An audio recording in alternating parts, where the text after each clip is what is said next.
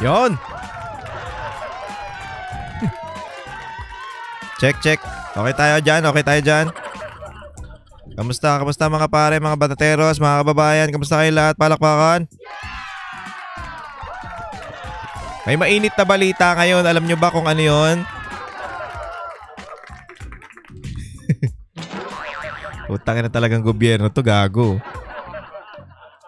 Mamaya na natin pag-uusapan yan kasi habang nire-record ko tong video na to is may lumabas na balita naman talaga.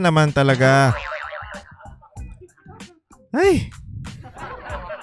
Tama yung mga pangitain natin mga pare na talagang si General Torre ang ililipat o ipapalit na PNP chief. Ang galing. Palakpakan natin. Talaga nga namang si Marcos ay hindi na mapipigilan ang kakupalan. Syempre nga naman bayad utang niya to dahil nga ito yung parang sumunod dun sa mga gusto niyang mangyari. Unang-una si gipitin ang KOJC at ang pangalawa si Pastor Kibuloy hulihin. Pero hindi niya naman nahuli. Ang nangyari is sumuko si Pastor. Yan kasi sinasabi nila achievement daw nila yan na nahuli nila si Pastor Kibuloy. Hindi sumuko yun. Sumuko po si Pastor para malinaw tayo. At ito yung isa pa sa pinakamatindi niyang achievement yung napalipad niya si Pangulong Duterte papuntang The Hague, Netherlands, 'di ba? Ang galing, palakpakan. Animal.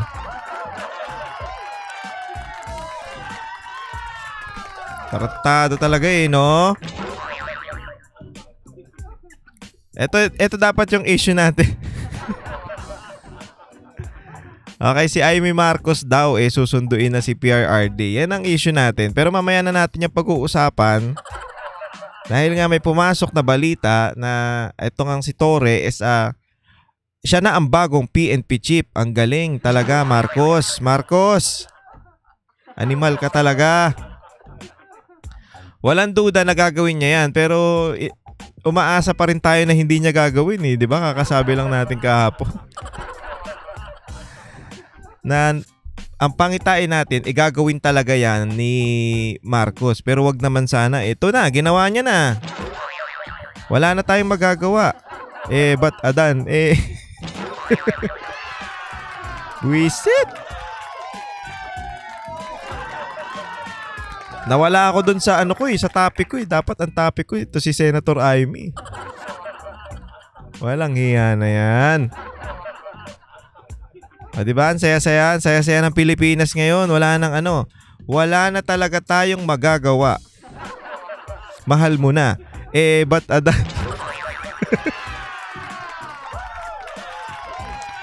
diba? Mas na tayo ngayon? Mas kakaba-kaba na tayo dahil nga ang PNP chief natin ay hindi nasunod sa batas.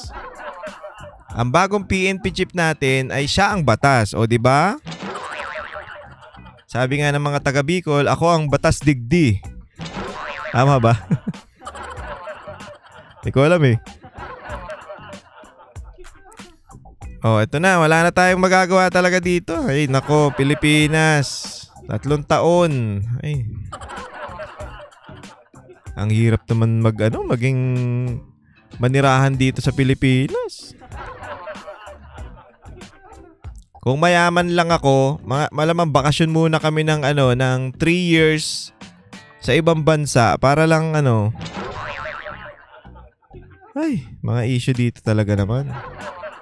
Wala akong masabi, yun lang. Yun lang talaga. Ay, bye-bye po.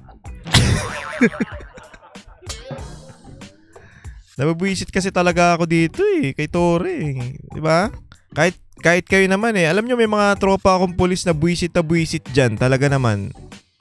Pero parang hindi general gumalaw Parang nagtitinda ng pares Diwata pares?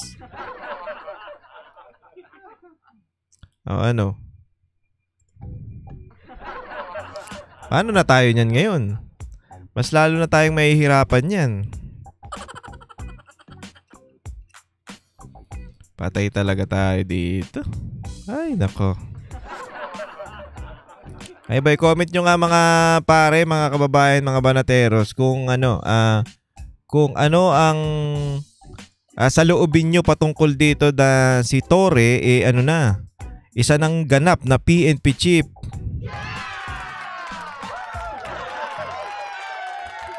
Ito yan, oh. Oh, di ba? Palace announced the appointment of PM General Nicolas Torre III as new PNP chief. Walang duda talaga. Ayan talaga ang mangyayari dyan. Kaya nga talagang push na push siya eh.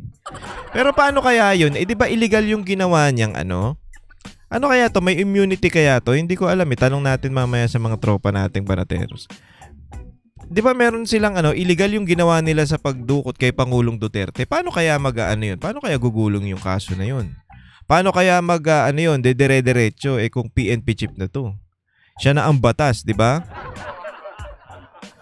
Ay, nako naman talaga. Ang ngiti siguro ni Sir hanggang tenga. O, di ba? Isipin niyo, imagine niyo yung mukha niya. Tapos nakatingin siya sa ating lahat na wala kayo. PNP chief na ako. Parang ganoon di ba? Panis kayong lahat. Batikusin niyo ako ng batikusin kahit anong sabihin niyo sa akin. Basta ako nandito na, PNP chief na. Mas lalong yayabang yan. Animal na yan. Ay nako, kupal talaga. Kupal talaga to si Marcos eh. So, parang sinabay niya yung courtesy resignation tapos binabalik niya yung mga gusto niyang ibalik. Hindi ko alam kung sino ang target niya eh. Ang target niya ba si Solgen lang? O may iba pa siyang target diyan sa sa mga cabinet member niya? Or baka naman tiniming niya lang to para paupuin na tong si Torre. Ay, buwisit talaga, no? Isipin nyo na lang mga kababayan, yung ginawa niya sa KOJC panggigipit dun sa KOJC compound, yung panggigipit na lang na ginawa niya nun, karapat dapat ba siyang maging PNP chief? Yung ginawa niyang pagbubutas dun sa loob ng compound at panggigipit, yung pag-uutos niya o yung mga ginawa ng mga pulis niya sa pananakit dun sa sa KOJC compound at sa mga KOJC member. Pero inyo may mga namatay pa nga dyan, di ba? 3 yata ang namatay dyan kung hindi ako nagkakamali. So karapat dapat ba siyang maging PNP chief sa mga nagawa niya? Di ba? Yung panggigipit niya kay Pastor Kibuloy. Karapat dapat ba siyang maging PNP chief?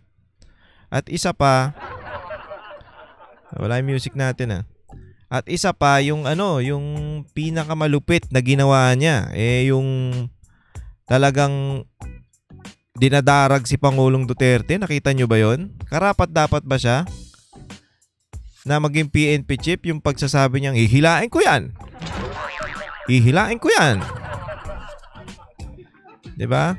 Yung ganong ginawa niya sa dating Pangulo at sa mga yung pagpapalipad niya kay dating Pangulong Duterte dun sa dahig, karapat dapat ba siyang maging PNP chief? Ano sa palagay niyo mga pare? Kayo na magsabi kung karapat dapat maging PNP chief tong animal na to.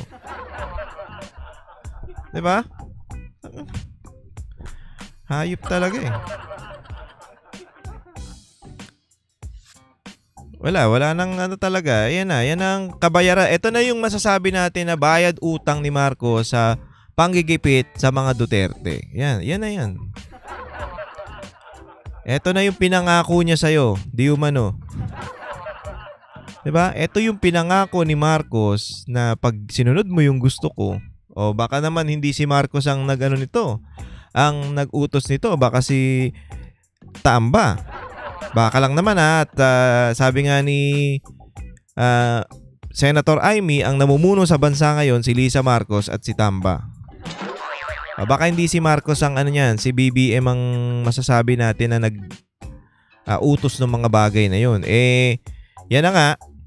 Siyempre, ang front nila is talagang si BBM. Yan ang puppet nila eh. Masunod-sunuran lang yan sa mga galawan ng mga yan. Pero wala talaga. Hanggang kailan pa kaya? Ay, hindi. 3 years pa, no? Oh. Ano ba sa palagay nyo? Mas magiging magulo ba ang bansa ngayong nakaupo na tong Nicolas Torre na to? Sino nga yung pulis na nakalimutan ko si PNP chief yun? Yung pogi, yung talagang sumusugod sa ganun dapat ang PNP. PNP chief eh. Yung sumusugod, talagang Eliasar ba yun? Kung hindi ako nagkakamali si Eliasar. Ganun dapat kasi parang matikas eh. Ito wala. Matikas lang to sa mga gusto niyang gipitin. Pagdating dun sa hearing, kamote. 'Di ba? Wag na kayong gagawin namin yung gusto namin tapos magreklamo na lang kayo sa sa korte. 'Di ba? Ano ba to? Police ba to? Pinag-aralan to. Paano naging general to, no? Oh, anyway. Nakakabuisit talaga. Totoo lang. Ito, pag-usapan na natin to. Saglit lang naman to eh.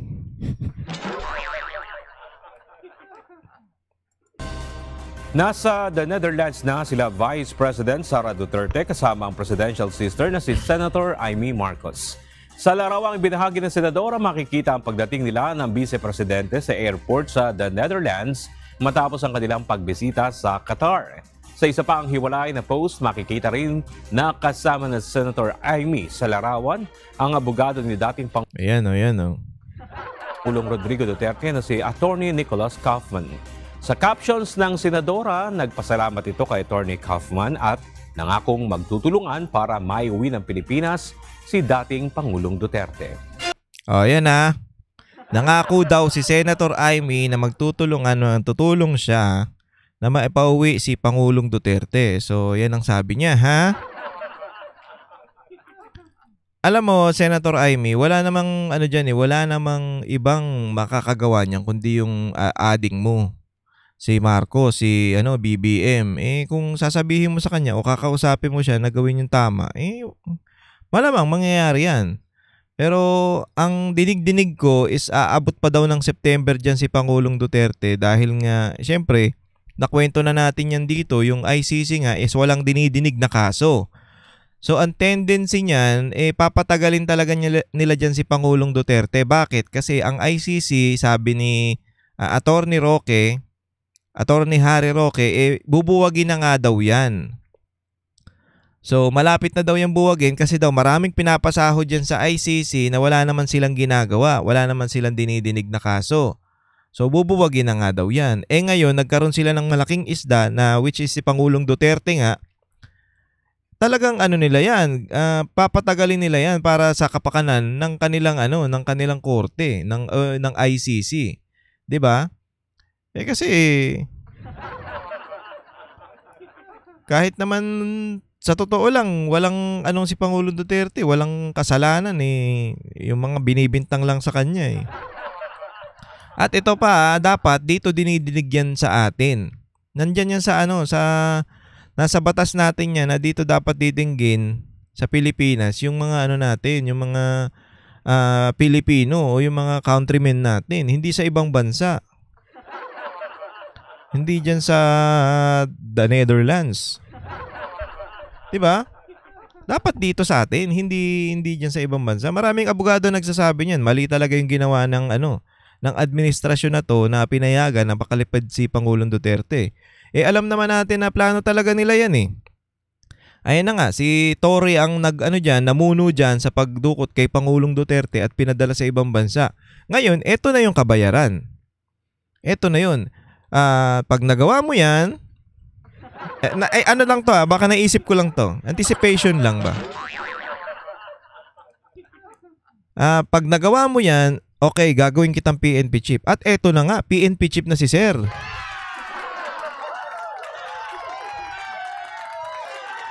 The best talaga naman ng administrasyong Marcos. Talagang nilalagay yung karapat dapat ilagay dun sa mga posisyon. Ay, nako naman. Ang galing, no? Yung mga, sarcasm lang naman yun. Yung mga, alam mo, karapat dapat talaga yan si Torre. Dapat talaga maging PNP chief. Dapat matagal na naging PNP chief yan.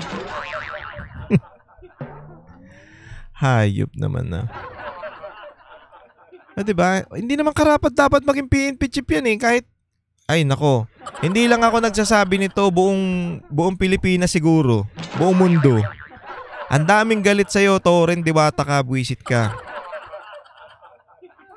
Diba? Mamaya niyan, eto na nga, malakas na nga siya. Naku, siya lalo, manggigipit siya lalo. Mahirap na ang panahon talaga ngayon. Bukod sa bumalik na naman ang krimen, ang PNP chief natin, walang batas. Siya ang batas. Siya ang masusunod. Yun lang. Yun na lang. Siya ang masusunod. Magreklamo na lang daw kayo sa korte pagkatapos. Ayop talaga. At yan ang mga balita sa tapos na pala yun. So, ito naman ngayon. Ito na si Senator Amy ang masasabi natin na. Kasi dati, mga kababayan, si Senator Bongo daw laging nasa picture ni Pangulong Duterte, 'di ba? Laging. Binansagan nga siyang pambansang balalay daw 'di ba? Kasi laging kasama ni Pangulong Duterte. Kasi nga siya yung assistant ni Pangulong Duterte noon. So, lagi siyang nakasama sa picture, nasa likod ni Pangulong Duterte, 'di ba? Ngayon, eto naman, meron na naman bago. Kahit naman hindi pa presidente si VP Sara, didikit talaga tong si Senator Amy. Kasi nga, kung hindi dahil kay VP Sara, malamang talo na siya. Kaya syempre, sisip-sip siya ng sisip-sip ngayon. Ang dinig-dinig natin ngayon, baka mamaya, si VP Sara, maano na naman ito, wag naman sana. Baka mamaya mabudol na naman kasi baka tumakbo si VP Sara ng president at si Amy naman na maging vice. Nako po. Ayan ang picture na nasa sila. Ang nag-post niyan si Amy. Proud na proud talaga siya. Nasa sila ngayon, nasa the Netherlands, The Hague. Tapos ang bali-balita daw, ewan ko si Pangulong Duterte daw may special appointment dito kay Amy. Paano mangyayari yun? Hindi nga niya in-endorse yan. Si VP Sara, in-endorse yan si Amy. Pero si Pangulong Duterte, kaya nga siya nag-endorse ng ng dalawa si Kerubin tsaka si Hunasan Kasi ayaw niya to. Yun ang sabi-sabi ng mga Ayminatics Siyempre, Ayminatics tayo. Kaya ganun talaga. Pero, hindi yan ang wala pa sa yan. Wala pa sa katotohanan yung sinasabi nila na si Amy daw ay may special appointment kay Pangulong Duterte. Wala pa yan, ha? Kaya ko paniwala. So, ayan ang picture niyan. Ito naman yung pangalawa. Ay, nakatingin pa si ate, ha? Lagi siyang lagi siyang katabi ni VP Sara. Panis. So, ayan yun, ha? Next. Siya na ngayon, mga kababayan, siya na ngayon ang pambansang balalay. Di ba? Lagi nasa picture. Siyempre, kailangan na sa picture yan. Nakadikit ko ang vice president na magiging presidente na soon. Para nga naman, pagdating ng panahon, wala na talaga. Presidente na. Ako ngayon, magiging vice president. Napalagay ko lang naman, ha? Anyway, pag tumakbo siya ng vice president, tas natalo siya, senador pa rin naman siya kasi 3 years pa lang siyang sa 2028 3 years pa lang siyang upo sa, alam ko ang senador 6 years din yan eh, di ba? Kaya nga merong midterm eh. Kasi yung mga napapalitan, dun yun, naka 6 years na. Oh, anyway, kung tatakbo siya ng vice president at natalo, eh safe pa rin siya. Nasa Senado pa rin siya. Oh. Oh, 'di ba? Naisip niyo ba 'yon? Kaya dikit siya ng dikit kay BP Sara ngayon. Bukod sa nagpanalo sa kanya si BP Sara, maka si ate merong pangarap na maging vice president. Nako. Marcos na naman. Si Tamba, malamang tatakbo yun ng presidente eh. Kaya nga minamadali na niya ng impeachment ni BP Sara eh. Pero kahit ano yan, kahit sinong kalaban niya ni Tamba, malamang talo yan. Tignan nyo yung trust rating, 3%. Ay, 3% ba? 14 yata kung di ako nagkakamali ah. So yun. Ito na mga balita natin ngayon. Nakakadismaya talaga. Nako. Kaya sabi ko nga sa inyo, wala tayong magagawa. Ba't adan? Diba? Yan na yan. Yan na yan. Magtitiis na lang tayo. Pero, ewan ko ba? Sabi ko nga sa namin kahapon o kagabi, nung namin, yung live namin sa Banatero, sa SMNI, kung gusto ni Marcos na makabawi pa ng ng paglilingkod sa bayan o mabawi niya pa yung katarantaduhan niyang ginawa o yung katamaran, kung gusto niyang bumawi sa mga Pilipino na maglingkod sa mga Pilipino, kumuha siya ng idea doon kay Pastor. Pastor Kibuloy. Kasi si Pastor Kibuloy, tignan nyo naman, kingdom na pagawa. Walang tulong ng gobyerno yan. Yung Prayer Mountain, napagawa. Walang tulong ng gobyerno yan. Diba? Tapos meron sila mga sinasabi nating food security na kahit hindi sila magtrabaho ng 3 years, meron sila makakain. Biruin mo, ganon katindi yung utak ni Pastor na naiisip niya yung mga ganong bagay. Dapat si Marcos, si BBM, doon kumuha ng mga idea. Paano ginawa ni Pastor yun? Baka pwede niyang i-share sa amin. Dapat ganun eh. Wala eh. Sinasabi niya pa, bakit ako magre-resign? Hindi ako natakbo sa problema. Ikaw ang problema nga eh. Paano mo tatakbuhan yung sarili mo? Sige, sabihin na natin hindi ikaw ang problema, pero hindi mo kayang solusyonan yung mga problema ng bansa. Kaya umalis ka na dyan. Diba?